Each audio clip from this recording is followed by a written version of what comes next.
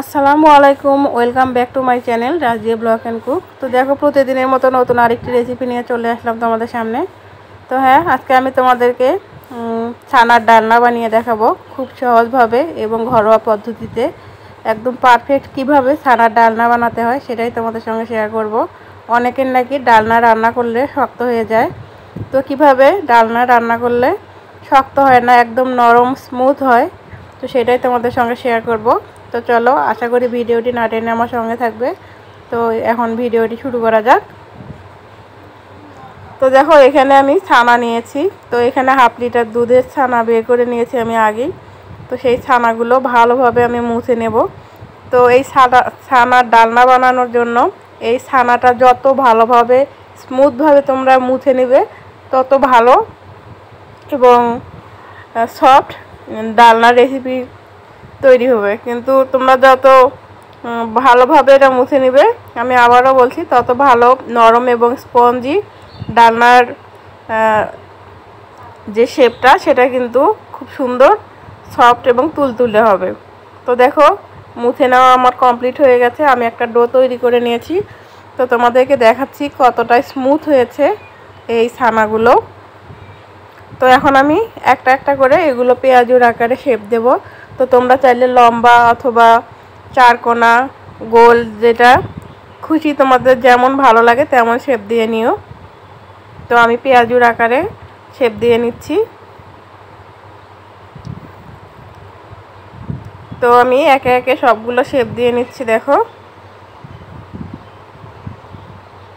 আর এইদিকে দেখো, আমি 2-3টা আলু গোটা গোটা করে কেটে নিয়েছি, একদম কিউব করে ডালনার মধ্যে দেওয়ার জন্য। এদিকে আমি 1 চা চামচ জিরে, 1 চা চামচ নিয়েছি হচ্ছে ধনিয়ে, আর নিয়েছি এখানে 3টা সাদা এলাচ, 2টা দারুচিনি নিয়েছি, একটা আদা মাঝারি সাইজের, 2টা কাঁচামরিচ আর 2টা শুকনো মরিচ, তার সঙ্গে হচ্ছে গোলমরিচ।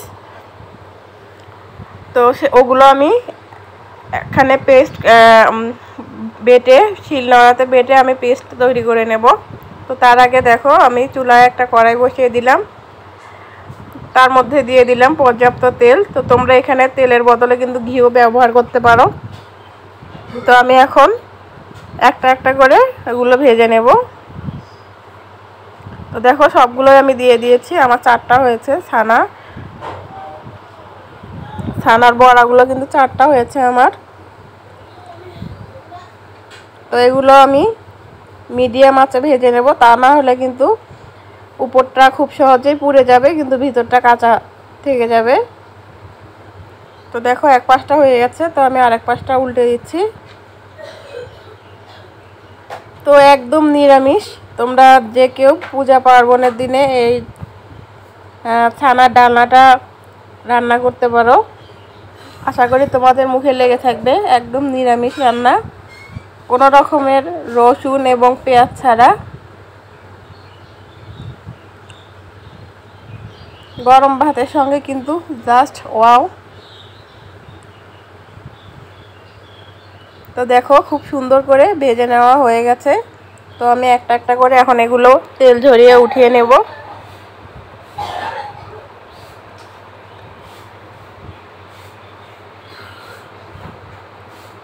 খুব সহজে এবং ঝটপট তোমরা যে কেউ একবার এই ভিডিওটি দেখলে তৈরি করে নিতে পারবে।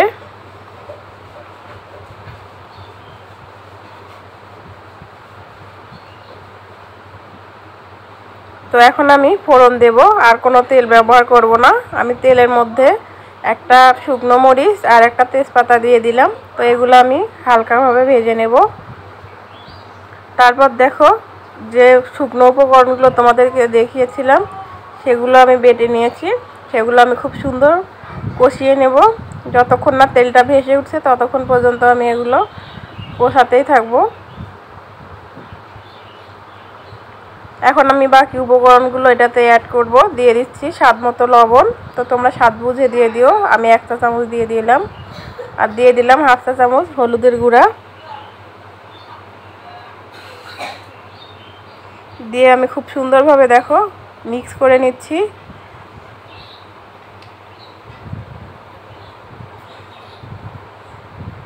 তো দেখো তেলগুলো কিন্তু ভেসে উঠেছে। এই পর্যায়ে আমি আলুগুলো দিয়ে দেব।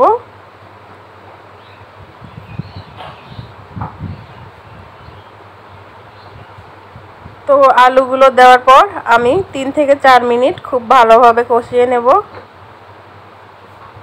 এমনভাবে কষাতে হবে যেন আলুগুলো 70% মতো সেদ্ধ হয়ে যায়।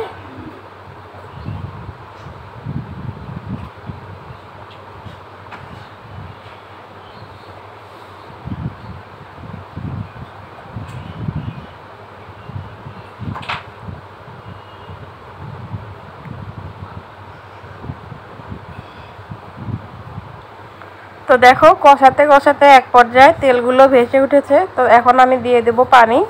তো দেখো যে বাটিটাতে আমি মশলা রেখেছিলাম সে বাটিটা ধুয়ে পানি দিয়ে দিলাম। তো তোমরা চাইলে এখানে গরম পানিও অ্যাড করতে পারো। তো আমি ঠান্ডা পানি দিয়ে রান্না করছি। তো খুব সুন্দরভাবে নেড়ে চেড়ে আমি আরও একটু পানি দিয়ে দেব, যেহেতু আলুটা আরও 30% মতো সেদ্ধ হবে। তো এখানে আমি টোটালি 1 কাপের মতো পানি ব্যবহার করেছি। তো এখন আমি ছানার বড়াগুলো দিয়ে দিচ্ছি।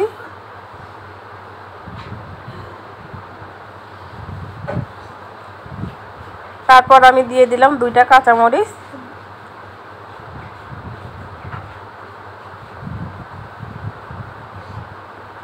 তো এখন আমি 3-4 মিনিটের জন্য ঢাকনা দিয়ে ঢেকে রাখছি আলুগুলো খুব সুন্দরভাবে সেদ্ধ হওয়ার জন্য। তো তার মধ্যে আমি একবার ঢেকে ঢাকনাটা উঠিয়ে নেড়ে চেড়ে নিচ্ছি।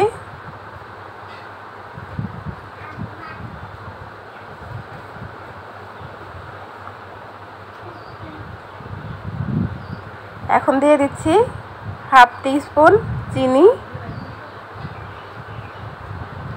এই চিনিটা দিয়ে দিলাম যাতে ঝাল এবং মশলার টেস্টটা ব্যালেন্স করে, এই জন্য। আর এখন দিয়ে দেব আমি 1 চা চামচ ঘি। তো এই ঘিটা দেওয়াতে কিন্তু এই রান্নাটা আরও খেতে দুর্দান্ত হয়।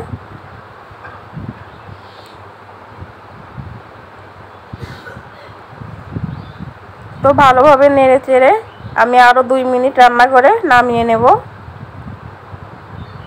তো দেখো আরও 2 মিনিট রান্না করে আমি নামিয়ে নিলাম। তো দেখো তরকারির কালারটা কিন্তু অসাধারণ এসেছে। তো তৈরি হয়ে গেল আমার ছানার ডালনা রেসিপি। তো আমার এই ছোট্ট ভিডিওটি কেমন লাগলো অবশ্যই কমেন্টের মাধ্যমে জানাবে। যদি ভালো লাগে বেশি বেশি করে লাইক, কমেন্ট এবং শেয়ার করে দিও। আর যারা ফেসবুক থেকে দেখছো তারা অবশ্যই পেজটিতে একটা ফলো দিবে,